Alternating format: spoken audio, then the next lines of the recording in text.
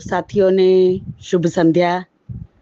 આજે 16મી સપ્ટેમ્બર એટલે આંતરરાષ્ટ્રીય ઓઝોન દિવસ। આજે 31મો આંતરરાષ્ટ્રીય ઓઝોન દિવસ છે, તો આપણે તેના વિશે થોડી માહિતી મેળવીએ।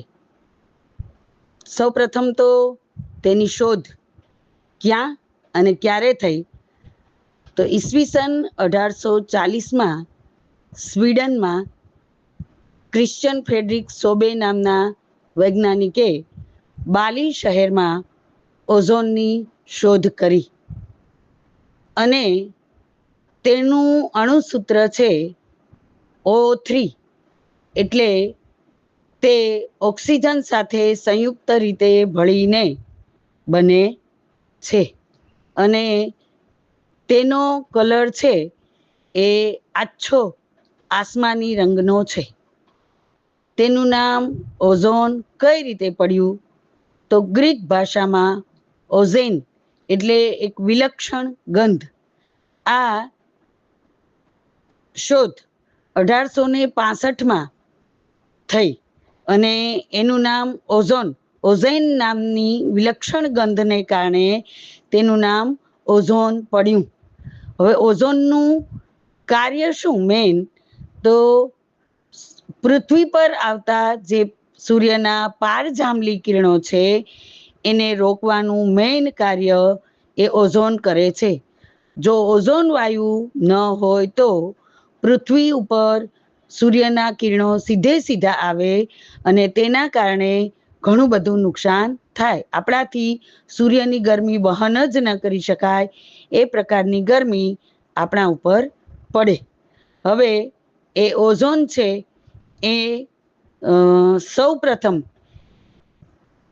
એનું ગાબડું ક્યાં પડ્યું, ક્યારે આપણને ખબર પડી કે ઓઝોન વાયુની અંદર ગાબડું પડ્યું છે, તો ઈસવીસન 1985માં એન્ટાર્કટિકા ખંડ ઉપર, જે બરફ આચ્છાદિત ખંડ છે, એના ઉપર આપણને સૌ પ્રથમ ખબર પડી કે ઓઝોન વાયુમાં ગાબડું પડ્યું છે। ત્યાર પછી ઈસવીસન 1985 22 માર્ચની અંદર વિયેનાની અંદર પૃથ્વી દિવસ નિમિત્તે એક સંમેલન ભરાયું અને એમાં ઓઝોન વાયુના પડને બચાવવા માટેનું જે એક સંમેલન ભરાયું એની અંદર ચર્ચા થઈ। ત્યાર પછી ઈસવીસન 1987માં કેનેડાની અંદર ફરીથી એક સભા થઈ અને એની અંદર નક્કી થયું કે ઓઝોનના પડને બચાવવા આપણે શું શું કરવું, તો સૌ પ્રથમ ક્લોરીન વાયુ ઘટાડવાની વાત થઈ। તો એની અંદર આપણે જે વાપરીએ છીએ રેફ્રિજરેટર, એસી કે એવા ઠંડા ઉપકરણો આપણે જે વાપરીએ છીએ એનું પ્રમાણ ઘટાડવાની વાત થઈ। 1989માં ફરી એક બેઠક થઈ અને એની અંદર પણ આ ઓઝોન વાયુને બચાવવા માટેના પગલાંની ચર્ચા થઈ। આ પગલાંના ભાગરૂપે ઈસવીસન 1994ની અંદર સંયુક્ત રાષ્ટ્ર સભાની અંદર 16 સપ્ટેમ્બરને આંતરરાષ્ટ્રીય ઓઝોન ડે તરીકે ઉજવવામાં આવે છે અને દર વર્ષે એનું જુદી જુદી થીમ હોય છે। જેમ દરેક વસ્તુના ફાયદા હોય છે એમ દરેક વસ્તુના ગેરફાયદા પણ હોય છે। જો ઓઝોન વાયુનું પ્રમાણ વધી જાય તો ખૂબ જ ગરમી પડે, આપણને ઘણા બધા રોગો થાય, જેમ કે અસ્થમા, ત્વચાના કેન્સર, શ્વાસોચ્છ્વાસની બીમારી, આપણા ડીએનએ ઉપર પણ એની અસર પડે, રોગ પ્રતિકારક શક્તિ ઘટે, આ બધા પરિણામો પણ એ તેના છે। ખેતીવાડી ઉપર પણ તેની અસર થાય છે અને આ ઓઝોન વાયુ આપણને પૃથ્વીના કયા સ્તરથી કયા સ્તર સુધી મળે છે, તો ઓઝોન વાયુ આપણને પૃથ્વીના 22 કિલોમીટરથી 40 કિલોમીટરના પટ્ટા સુધીમાં તે આપણને મળે છે અને તે પૃથ્વી પર રીંગની માફક ગોળ ગોળ ગોળ ગોળ ફરે છે।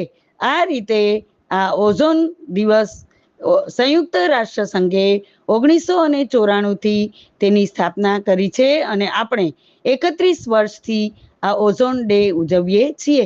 પણ આપણે માનવે પણ તે ઓઝોનનું પડ ગાબડું ઘાટું ન થાય અને ગાબડું વધારે ન થાય એના માટેના પણ પ્રયત્નો આપણે સૌએ કરવા ઘટે.